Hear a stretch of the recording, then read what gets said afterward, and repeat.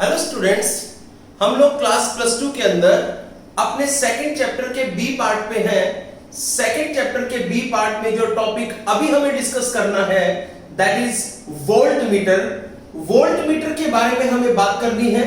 Volt meter क्या है, इसके अंदर हम क्या पढ़ेंगे, इसको हमें समझना है। सबसे पहली बात हमारा टॉपिक है this is voltmeter. Voltmeter क्या है, तो सुनिए, वोल्ट मीटर एक डिवाइस है, वोल्ट मीटर एक इंस्ट्रूमेंट है जिसको हम यूज करते हैं to measure the potential difference between two points. यानी कि एक ऐसा डिवाइस जिसको हम यूज करेंगे दो पॉइंट के बीच का पोटेंशियल डिफरेंस कैलकुलेट करने के लिए। दूसरी बात यह है कि जो वोल्ट मीटर है वो एक हाई रेसिस्टेंस इंस्ट्रूमेंट है। तीसरी बात ये कि जो वोल्ट मीटर है वो हमेशा पैरेलल के अंदर कनेक्ट होता है। तो हम कह सकते हैं, पहली बात हमारे पास वोल्ट मीटर की डेफिनेशन के बारे में ये है कि voltmeter is an instrument which is used to measure the potential difference between two points and it is a high resistance instrument. Second thing is it is always connected in parallel across which potential difference is to be measured. यानी कि जिन points के across हमें potential difference measure करना है या जिसका भी हमें पोटेंशियल डिफरेंस मेजर करना है, हम वोल्ट मीटर को हमेशा उसके पैरेलल में ही कनेक्ट करते हैं। ये चीज हमें याद रखनी है। आगे चलिए, नेक्स्ट क्या है, उसके बाद ये हमें बोलता है, क्योंकि हम जानते हैं, हमने यहां पर डेफिनेशन में किया कि जो वोल्ट मीटर होता है उसका रेसिस्टेंस हाई होता है। दूसरी बात, और ये पैरेलल में कनेक्ट करता है, यानी कि इसको पैरेलल में कनेक्ट किया जाता है, तो इस वजह से कोई चेंज नहीं होता पोटेंशियल डिफरेंस में between current drawn by it is negligible. कारण क्या है उसको ध्यान से सुन लीजिए, क्या कहा है, due to high resistance connected in parallel, क्योंकि बहुत ज्यादा रेसिस्टेंस इस वोल्ट मीटर के साथ हम पैरेलल में कनेक्ट कर देंगे, उस वजह से पोटेंशियल डिफरेंस में चेंज नहीं आता, क्योंकि जो करंट इसमें से ड्रॉ होता है वो करंट बहुत ज्यादा नेग्लिजिबल होता है। तो समझिए आप यहां पर क्या क्या पॉइंट्स इसके अंदर हमें डिस्कस कर रहे हैं। पहली बात यहां पर आई है, ये हमारे पास वोल्ट मीटर की डेफिनेशन है। तो समझिए वोल्ट मीटर की डेफिनेशन क्या है, हम कहेंगे it is a device used to calculate the potential difference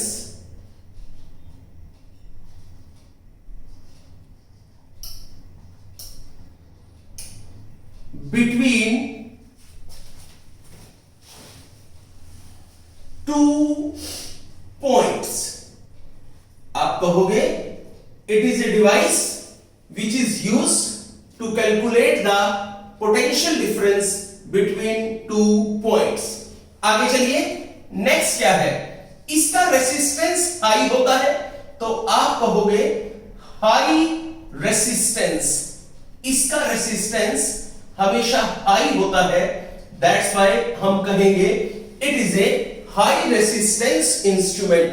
आगे चलिए, नेक्स्ट क्या है, इसको हमेशा पैरेलल में कनेक्ट किया जाता है, तो यहां पर आप लिख सकते हैं it is connected in parallel. आगे चलिए, और नेक्स्ट क्या है, अब ये कहता है क्योंकि हमने इसको पैरेलल में कनेक्ट किया है इसके साथ, और अगर यहां पर ये पैरेलल में कनेक्ट किया है तो ज्यादातर करंट जो है वो पैरेलल जो कनेक्टेड है उसमें से ही चला जाएगा, इसमें से ज्यादातर करंट पास नहीं करेगा, और इसमें से नेग्लिजिबल करंट पास करता है। तो आप कह सकते हैं नेग्लिजिबल करंट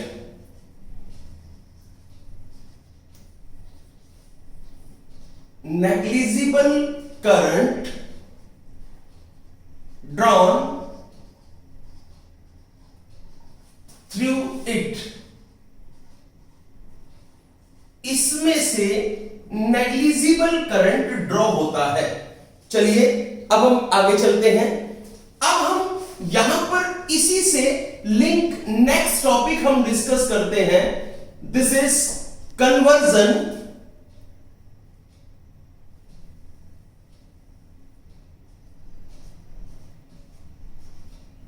ऑफ galvanometer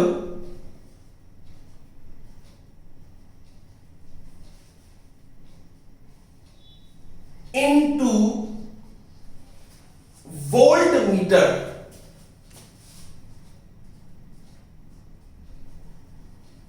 अब हमें यहां पर जो टॉपिक डिस्कस करना है, this is conversion of galvanometer into voltmeter. अब हम गैल्वेनोमीटर को वोल्टमीटर में कन्वर्ट करेंगे, ये हमें अब यहां पर समझना है। So our topic is conversion of galvanometer into voltmeter. तो सबसे पहली बात आपको ध्यान रखनी है कि अगर हम कभी भी किसी भी गैल्वेनोमीटर को यूज करना चाहते हैं एज ए वोल्टमीटर, तो हम उस गैल्वेनोमीटर के साथ सीरीज में एक हाई रेसिस्टेंस अप्लाई कर देंगे। तो पहली बात हम कह सकते हैं, to use galvanometer as a voltmeter we connect a high resistance in series with the galvanometer. तो चलिए ठीक है, हम लोगों ने यहां पर गैल्वेनोमीटर लिया, ये रहा, ये हमारा गैल्वेनोमीटर है, यहां पर हमने लिया।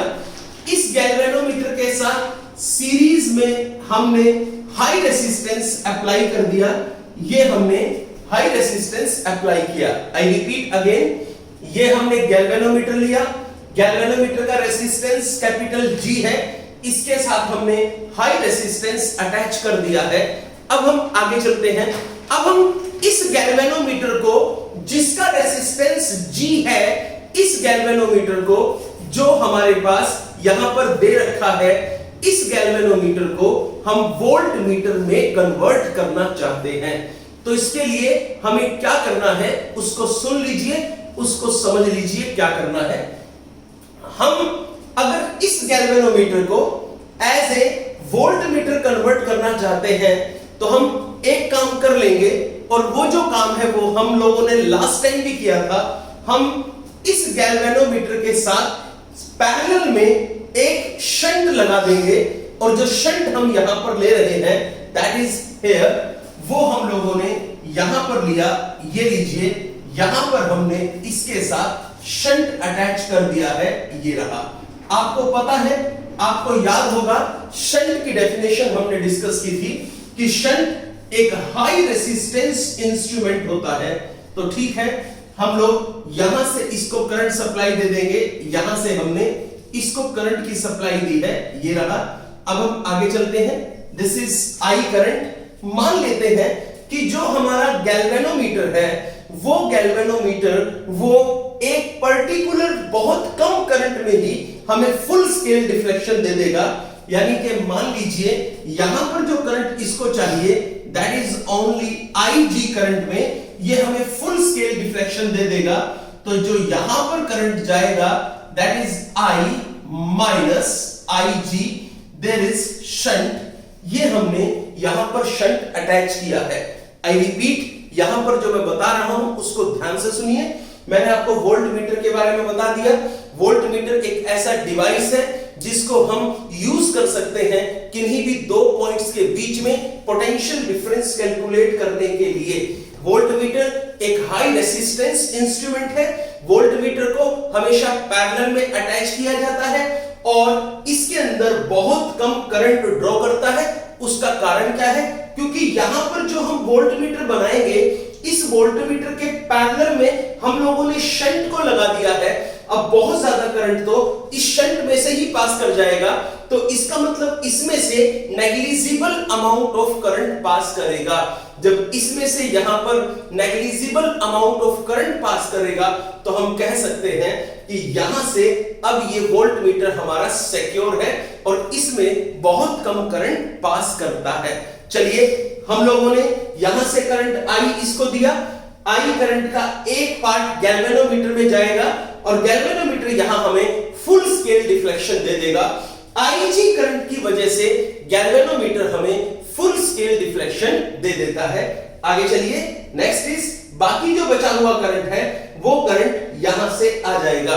This is I minus IG current हमारा यहां से फ्लो कर जाएगा। अब हम आगे चलते हैं। अब ये बताइए यहां पर वोल्टेज कितना है, यानी कि जो पोटेंशियल डिफरेंस है वो पोटेंशियल डिफरेंस हम जानना चाहते हैं। अब आप एक बात बताइए, IG करंट गैल्वेनोमीटर में से पास होगा, गैल्वेनोमीटर का रेसिस्टेंस G है, यही IG करंट इस रेसिस्टेंस में से भी पास होगा। तो बताइए टोटल पोटेंशियल क्या बना है? Total potential is equal to this is, यहां से हुआ IG into G plus IG into R। आगे चलिए, next is V is equal to IG into G plus R। ये हमारे पास एक वैल्यू यहां से आ चुकी है। अगर हम अब R को कैलकुलेट करना चाहते हैं तो R को कैलकुलेट करने का तरीका है this is V upon this is IG minus G is equal to R। यहां से हम चाहें तो रेसिस्टेंस कैलकुलेट कर सकते हैं। जो रेसिस्टेंस हम लोगों ने यहां इस गैल्वेनोमीटर के साथ सीरीज में लगाया था, that resistance can be calculate. अब हम चलिए आगे चलते हैं। अगर हम यहां इन दोनों को मिला करके जो वोल्ट मीटर बना है, इस वोल्ट मीटर का रेसिस्टेंस कैलकुलेट करना चाहें तो आप इसको भी यहां पर समझ सकते हैं। देखिए, ये हमारे पास दोनों को मिला करके वोल्ट मीटर कंस्ट्रक्ट हुआ है। अब आप ये समझिए इस वोल्ट मीटर का रेसिस्टेंस हम कैसे कैलकुलेट कर सकते हैं। तो आप यहां पर लिखेंगे this is resistance of voltmeter. देखिएगा, रेसिस्टेंस ऑफ वोल्ट मीटर। अब हम वोल्ट मीटर का रेसिस्टेंस कैलकुलेट करना चाहते हैं। आप समझिए how to calculate the resistance of voltmeter. That is very simple. ये बताइए, ये आपके पास वोल्ट मीटर बचा है, इस वोल्ट मीटर का resistance that is equal to R of V। बताइए यहां पर टोटल रेसिस्टेंस कितना है? यहां पर गैल्वेनोमीटर है, उसका रेसिस्टेंस कैपिटल G है, यहां पर रेसिस्टेंस हाई रेसिस्टेंस R है, उसका रेसिस्टेंस कैपिटल R है। तो this is equal to capital G plus capital R आपके पास यहां पर आ चुका है। सो हम कह सकते हैं कि जो वोल्टमीटर बना है that voltmeter contains high resistance. Voltmeter का रेसिस्टेंस बहुत ज्यादा हाई होता है। हम यहां से ये वाली बात सिंपली कह सकते हैं। अब हमारा नेक्स्ट जो टॉपिक होगा दैट इज व्हीटस्टोन ब्रिज। हम व्हीटस्टोन ब्रिज को यहां पर डिस्कस करते हैं। देखिए स्टूडेंट्स, अब हमारे पास जो नया टॉपिक है दैट इज व्हीटस्टोन ब्रिज। यहां से हमारे थियोरेटिकल के साथ साथ प्रैक्टिकल टॉपिक शुरू हो जाते हैं। इन टॉपिक्स का आपको आपकी प्लस 2 क्लास के अंदर प्रैक्टिकल भी करना है। सो दैट्स व्हाई आपको यहां से अच्छे से समझना है और जब आपको प्रैक्टिकल करवाया जाएगा तो आपको इसके प्रैक्टिकल को स्टडी करना है। आप देखिए आपको यहां पर क्या क्या करना है।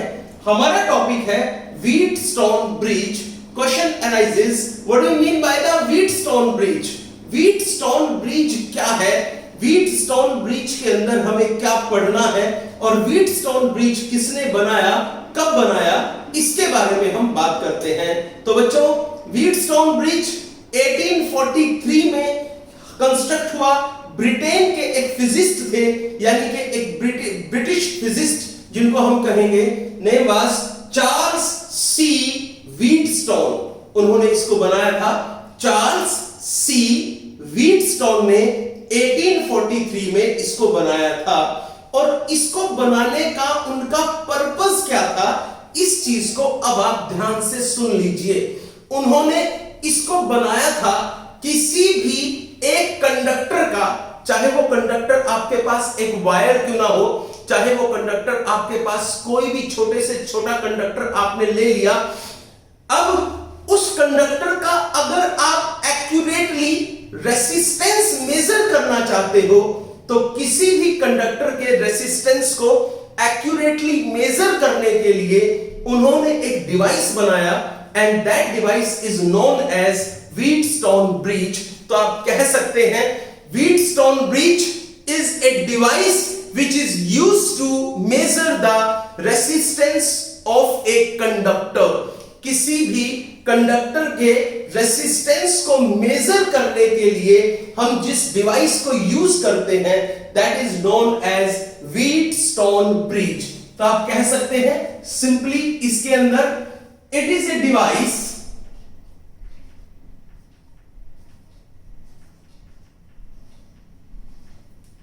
which is used to measure the resistance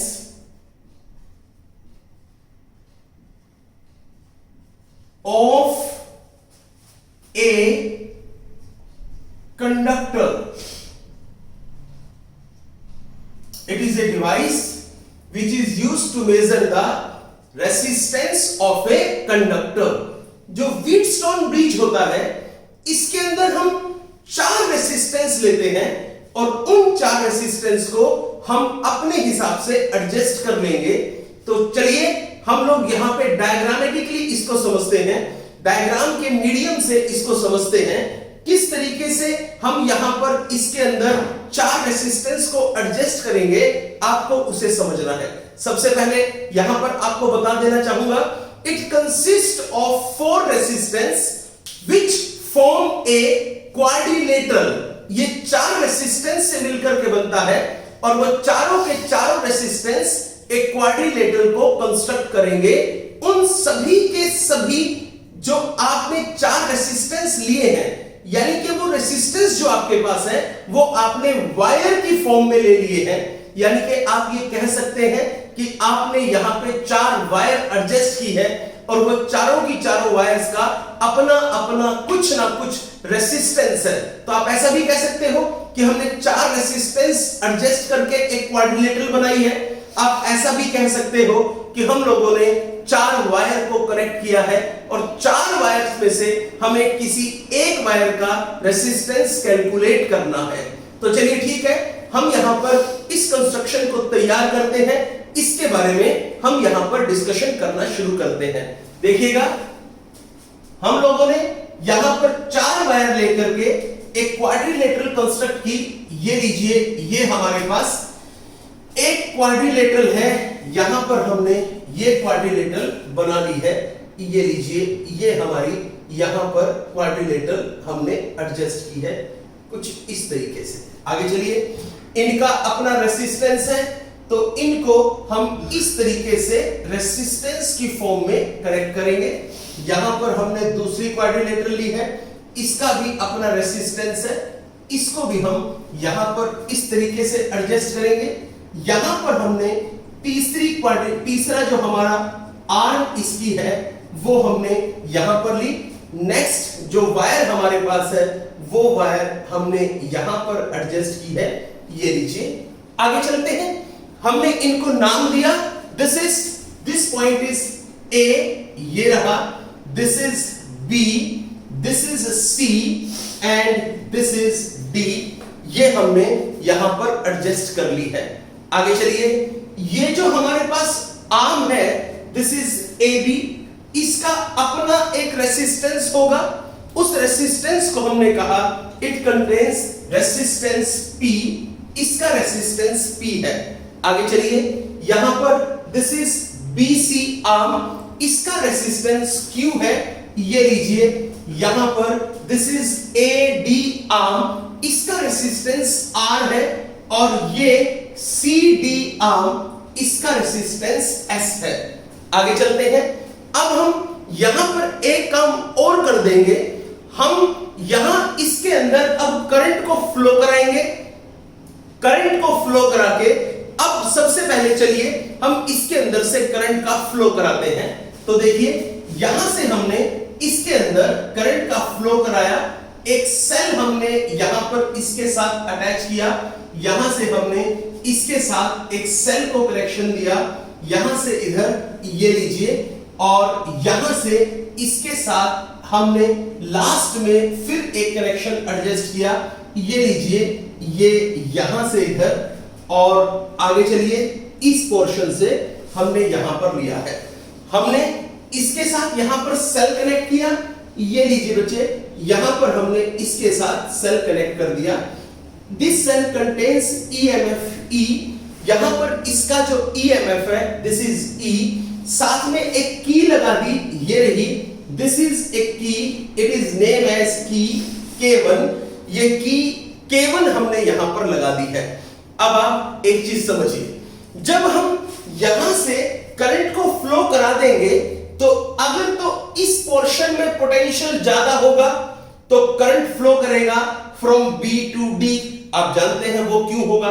वो इसलिए होगा, आप ये समझते हैं जहां पर पोटेंशियल ज्यादा होगा वहां से करंट फ्लो करेगा, तो करंट फ्लो करता है from high potential to low potential. अब आप एक बात समझिए, यहां पर करंट, यहां पर पोटेंशियल ज्यादा होगा तो करंट फ्लो करेगा B से लेके D तक। अब आप कहोगे सर वो कैसे फ्लो करेगा, उसको समझिए।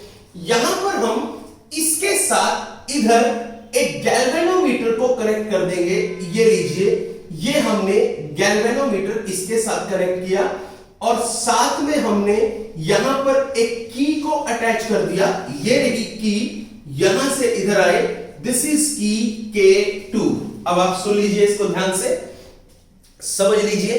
देखो बच्चों, अगर हम ये कहें यहां पर पोटेंशियल ज्यादा है तो डेफिनेटली करंट फ्लो करेगा। आप जानते हैं करंट फ्लो करता है from high potential to low potential.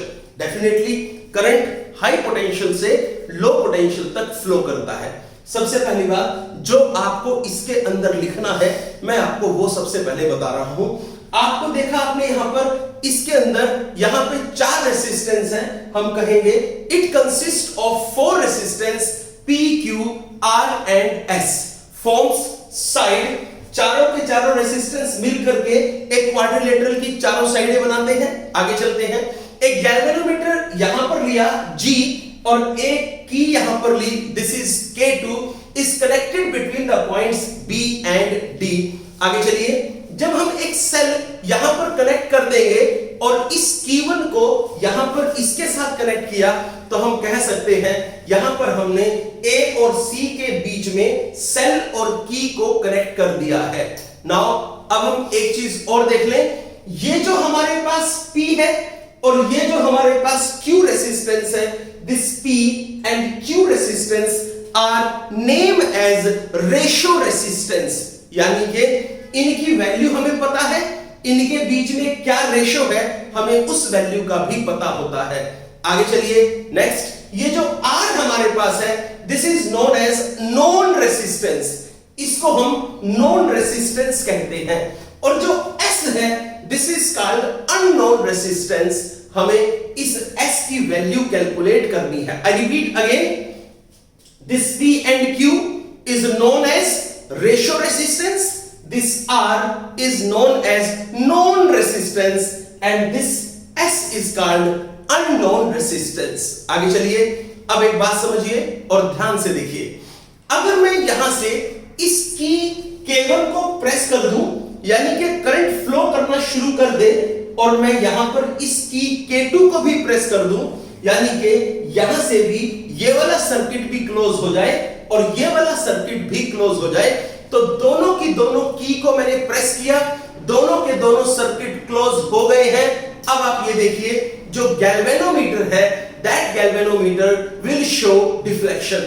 अगर गैल्वेनोमीटर डिफ्लेक्शन शो करता है।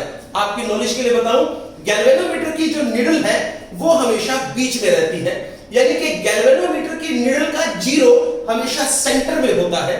वो या तो लेफ्ट की साइड जाएगी या वो राइट की साइड जाएगी। वो डिपेंड इस बात पे करेगा ऊपर वाले का रेसिस्टेंस ज्यादा है, सॉरी ऊपर वाले का पोटेंशियल ज्यादा है या नीचे वाले का पोटेंशियल ज्यादा है। और सुन लीजिए, अगर मान लीजिए ऊपर वाले का पोटेंशियल ज्यादा है तो करंट फ्लो करेगा from high resistance to low resistance, और अगर यहां पर पोटेंशियल ज्यादा है तो करंट फ्लो करेगा from high resistance to low resistance. And in that case galvanometer हमें रीडिंग शो करेगा। हम कहेंगे कि हमारा व्हीटस्टोन ब्रिज इस समय अनबैलेंस्ड है। हम इस व्हीटस्टोन ब्रिज को अनबैलेंस्ड व्हीटस्टोन ब्रिज कहेंगे। अब हम यहां पे P, Q, R, S की वैल्यू को इस तरह से एडजस्ट कर देंगे कि हमारा गैल्वेनोमीटर किसी तरह की कोई रीडिंग ना दे। जब गैल्वेनोमीटर किसी तरह की कोई रीडिंग नहीं देगा उस केस में हम कहेंगे कि अब ये जो हमारा गैल्वेनोमीटर है दिस इज नाउ बैलेंस्ड। अब ये बैलेंस्ड है। अब यहां पर जो पोटेंशियल की वैल्यू है वही पोटेंशियल की वैल्यू यहां पर भी है। दोनों ही केसेस में पोटेंशियल अब हमारे पास सेम होगा। अब हम जब पोटेंशियल सेम होगा तो किसी तरह का कोई करंट फ्लो नहीं करेगा। हम कहेंगे कि हमारा व्हीटस्टोन ब्रिज बैलेंस कंडीशन में है। आई रिपीट, मैं यहां पर लिखूंगा क्या उसको देखिए। हम कहेंगे ऑन प्रेसिंग की K1 एंड K2, अगर हम की K1 और K2 को प्रेस कर दें, the galvanometer show a deflection, then the bridge is said to be unbalanced. आगे चलिए, if the value of P, Q, R and S are adjusted in such a way that the galvanometer show no deflection, यानी कि galvanometer कोई deflection show नहीं करेगा, उस case में हम कहेंगे that galvanometer is not showing deflection, then you can say that our Wheatstone bridge is balanced. अब हम थोड़ा सा आगे चलते हैं। इसके अंदर हम अपनी इसकी कंस्ट्रक्शन को तैयार करते हैं। देखिए हम क्या कहें इसके अंदर, समझिए। मान लीजिए यहां पर जब इस सेल से करंट फ्लो करेगा तो यहां से हमने सेल से करंट लिया, ये लीजिए, ये हमने यहां से आई करंट लिया, ये रहा। आगे चलिए, इस आई करंट का एक पार्ट यहां पर आ जाएगा, दिस इज कॉल्ड I1, और आई करंट का दूसरा पार्ट यहां पर आएगा, this is called I minus I1। I repeat, I current का एक पार्ट ऊपर चला गया, आई करंट का एक बचा हुआ पार्ट यहां पर आ गया, this is I1 current, this is I minus I1 current. आगे चलिए, यहां से हम इधर, अगेन दिस इज I1, यहां पर आ जाइए, this is I minus I1। आगे चले, यहां से इधर आ जाइए, this is I minus I1, here also I minus I1, this is I1 current, this is also I1 current. Now यहां पर जो करंट आएगा this is again I current. अब हम इससे भी आगे चलते हैं। नेक्स्ट, अब हम यहां पर आएंगे। हम इसके लिए अगर इसका प्रूफ करना चाहें कि हम लोग अगर व्हीटस्टोन ब्रिज को बैलेंस कंडीशन में देखें तो ठीक है, हमने इसको बैलेंस कंडीशन में ले आए। अब यहां से आई करंट फ्लो करवा दिया। आई करंट का एक पार्ट हम लोगों ने ए पॉइंट से यहां पर जब आई करंट गया तो आई करंट का एक पार्ट, दो आई करंट जो है that divides into two parts. First part is I1, second is I minus I1, यहां से हुआ है। आगे चलिए, अब हम किरचॉफ्स सेकंड लॉ यहां पर अप्लाई करेंगे और इसके अंदर जब ये बैलेंस कंडीशन में होता है तो इसके रिजल्ट को स्टडी करते हैं। तो देखिए क्या रिजल्ट इसका बनेगा जब ये बैलेंस कंडीशन में होता है। तब सुन लीजिए, आप यहां से किस तरीके से इसको पास करेंगे आप उसको भी समझ लीजिए ताकि आपको प्रॉपरली ये ध्यान से समझ में आ सके। सबसे पहले आपको यहां पर जो क्लोज्ड लूप लेना है, that closed loop is here. ये वाला क्लोज लूप आप ले लें। कौन सा है? This is A B D A, तो आप क्या कहोगे?